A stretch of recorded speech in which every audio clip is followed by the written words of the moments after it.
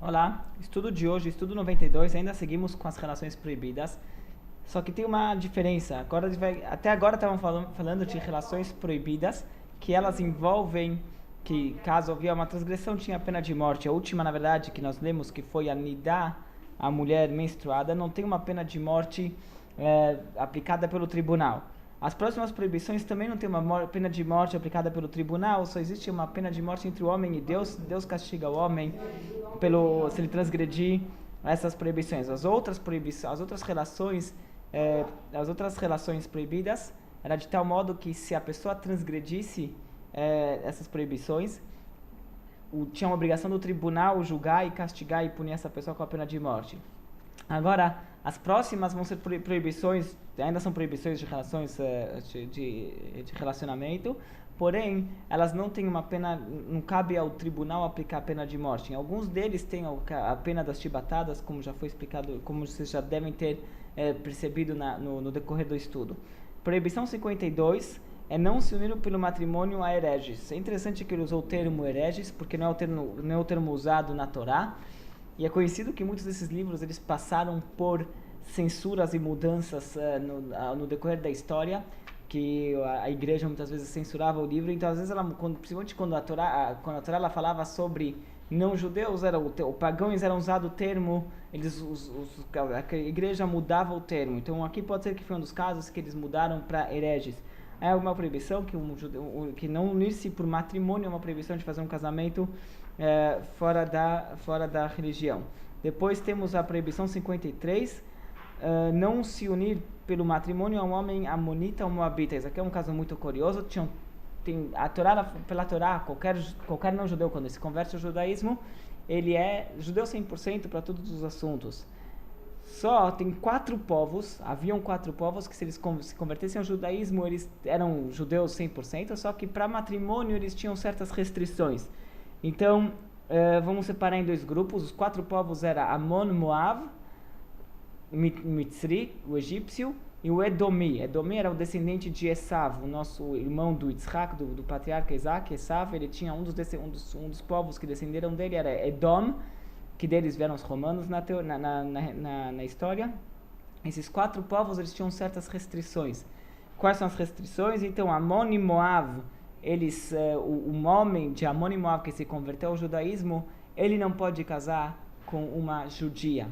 Ele pode casar com outra conversa, ele pode casar com uma outra menina convertida de Amon e Moav, só que com uma judia ele não deve se casar. Isso aqui para todas as futuras gerações. Ele sempre vai ser considerado o Amon e Moav. Os descendentes, a linhagem masculina do Amon e Moav vai sempre seguir esse caminho. O que, na verdade, nós temos hoje, eu só deixo falar próximas proibições, que é a proibição 55, não afastar os descendentes dos egípcios, e proibição 54, não excluir os descendentes de Esav.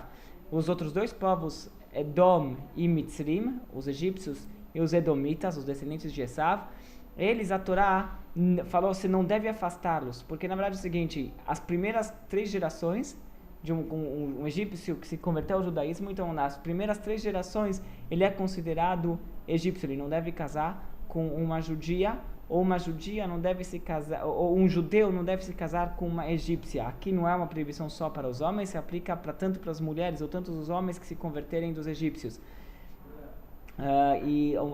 Então a proibição de casar com eles nas primeiras 3 gerações. A terceira geração, se não me engano, já pode casar com o judeu, se não a terceira, a quarta geração, agora não me lembro os detalhes. A proibição 54, a mesma coisa com os descendentes do Edom, que as primeiras 3 gerações não, e depois sim eles podem se casar com o povo judeu. O que distingue o Amon e Moav do egípcio e do Edom é que o Amon e Moav só se aplica para os homens, mas são para todas as futuras gerações.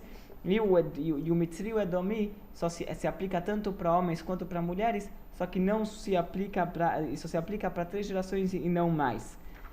A diferença, porque o que esses povos fizeram, na verdade, foram povos que foram muito maus para o povo judeu.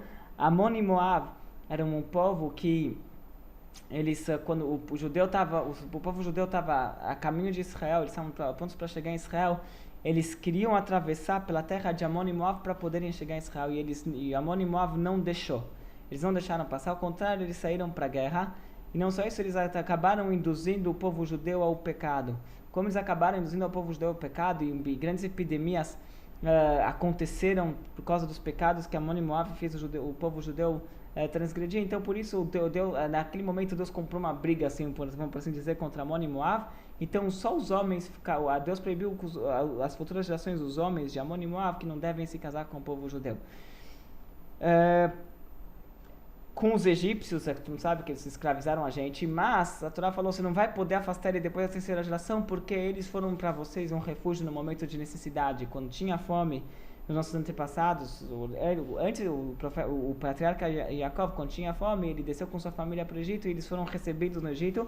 Então, pelo fato de eles terem recebido a gente, por mais que a gente foi recebido no começo, mas depois foram maltratados lá, mas eles receberam a gente no momento de necessidade, por isso a gente não pode descartar eles. E a primeira coisa que acontece com Esav é por ser nosso irmão. Assim a Torá falou que ele é teu irmão, então você não pode descartar ele, por mais que ele pode ter feito muito mal a você. Agora, o que acontece com esses povos hoje em dia? É o seguinte, todo mundo faz a seguinte afirmação. Em determinado momento, veio um rei muito poderoso, ele se chamava Sanherib, e ele exilou povos de uma terra para outra naquele mundo antigo. Ele levou as pessoas de um lugar para o outro. Então, quando a gente vê um Mitzri hoje, um egípcio, não necessariamente ele é o egípcio do povo egípcio. E quando a gente vê um Edomi, um Edomita, não necessariamente ele é do povo Edomita. E assim também todos os povos, como todos mudaram de lugar, eles não são mais eles não dá mais para reconhecer de que povo cada pessoa é, não dá para traçar a linhagem.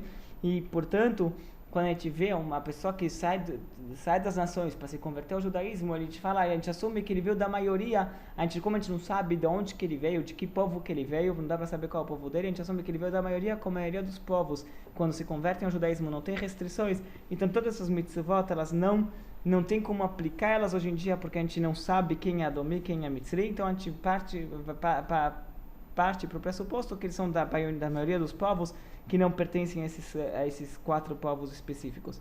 Depois temos a proibição 354, um mamzer não pode chegar-se a uma israelita. Quem é mamzer? A mamzer é um judeu, só que ele é filho de um casamento, de uma relação proibida. Um filho de uma relação proibida, dessas proibições que a gente viu que tem a pena de morte. Então, um filho que nasce de uma relação dessas, ele é considerado um mamzer, um filho, vamos chamar ele bastardo, mas não está exatamente a tradução certa, porque na verdade qualquer uma dessas relações ilegítimas, então ele é considerado um mamzer e ele não pode se casar com uma judia. Ele pode casar com uma outra mamzer, uma outra mulher que está na situação dele, mas ele não pode casar com uma judia. Depois temos a proibição 360, que um homem capaz de procriar não pode casar-se com uma israelita. Uma pessoa que ele foi castrado, ele teve, não é só que ele é fértil, mas uma pessoa que ele teve alguma doença, alguma coisa que afetou fisicamente os órgãos genitais dele, um homem que foi afetado os órgãos genitais dele, ele não pode casar com uma judia. E depois temos a proibição 361, que é não podemos castrar homens ou machos, tanto animal quanto homem, a gente não pode castrar. Isso daqui é uma proibição da Torá. Isso aqui ele explica aqui que a proibição não é só o primeiro ato daquele que ele infertilizou o homem, que ele deixou ele incapaz de gerar, até mesmo se ele já estava incapaz de gerar por alguma outra razão e alguém foi lá e acrescentou algum ferimento nos órgãos genitais. Isso aqui é a proibição da Torá, que é a proibição de castrar.